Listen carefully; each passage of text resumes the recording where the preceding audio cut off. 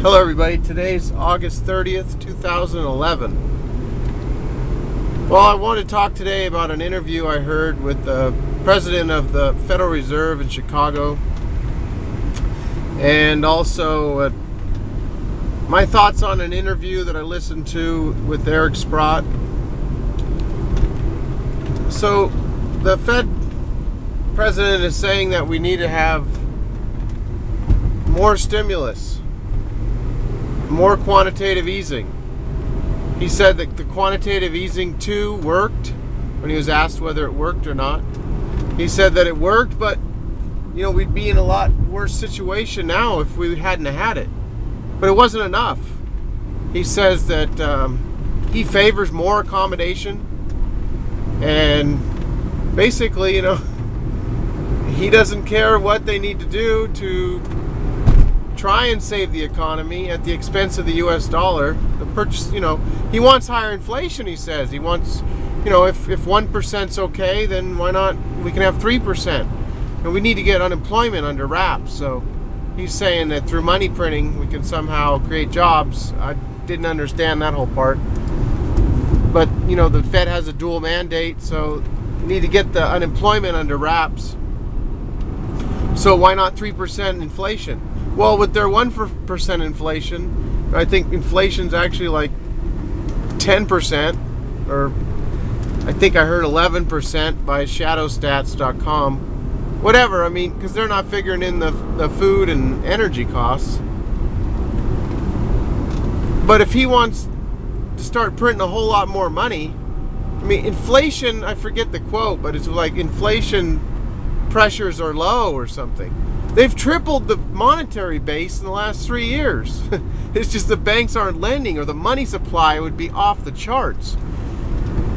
But they've inflated the heck out. I mean, inflationary pressures are huge, but they say, well, they're almost non-existent.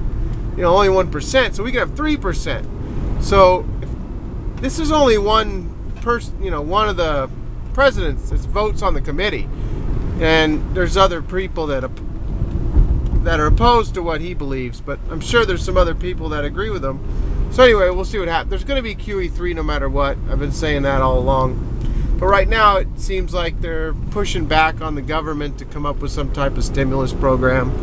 Maybe the Fannie and Freddie loans, all loans being knocked down to 4%. Anyone with a government loan, I heard being tossed around the last few days. So we'll see what happens. I also wanted to talk about a recent interview I listened to with Sprott.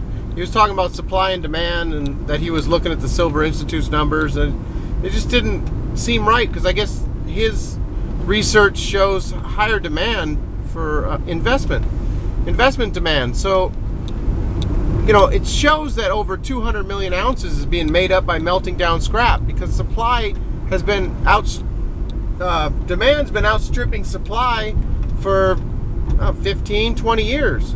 I mean, that's why a lot of it's been used up, because they're not bringing the amount of silver out of the ground needed for the demand. But if you look at the Comex, there might be a day where actually spot price on the Comex has totally taken another direction, and what you actually have to pay to have some silver in your hand could be a lot higher dollar amount. So that's a possibility in the future. We'll have to wait and see if that'll happen. But one thing that's amazing that he mentioned was that there's about 1 billion ounces traded daily on the Comex silver. There's not even that much mined each year.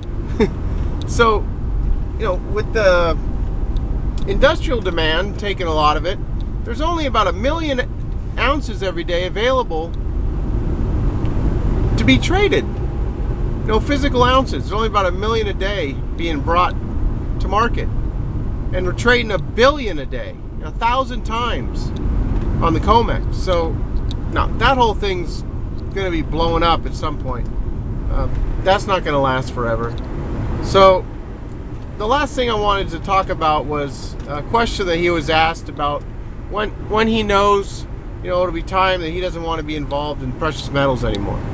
And I don't see any one of the three that he brought up happening anytime soon. He said, number one, if we had some exponential move and some type of bubble mania, which we're far from at this. Even though there's articles about silver and gold bubble, we're far from a bubble. I believe there's less than 1% being invested into precious metals.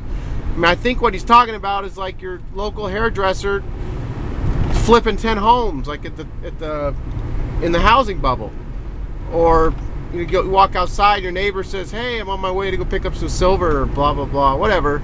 You know, something that just like everybody's getting into silver and gold, and you go, "Well, I guess this might be the time to get out."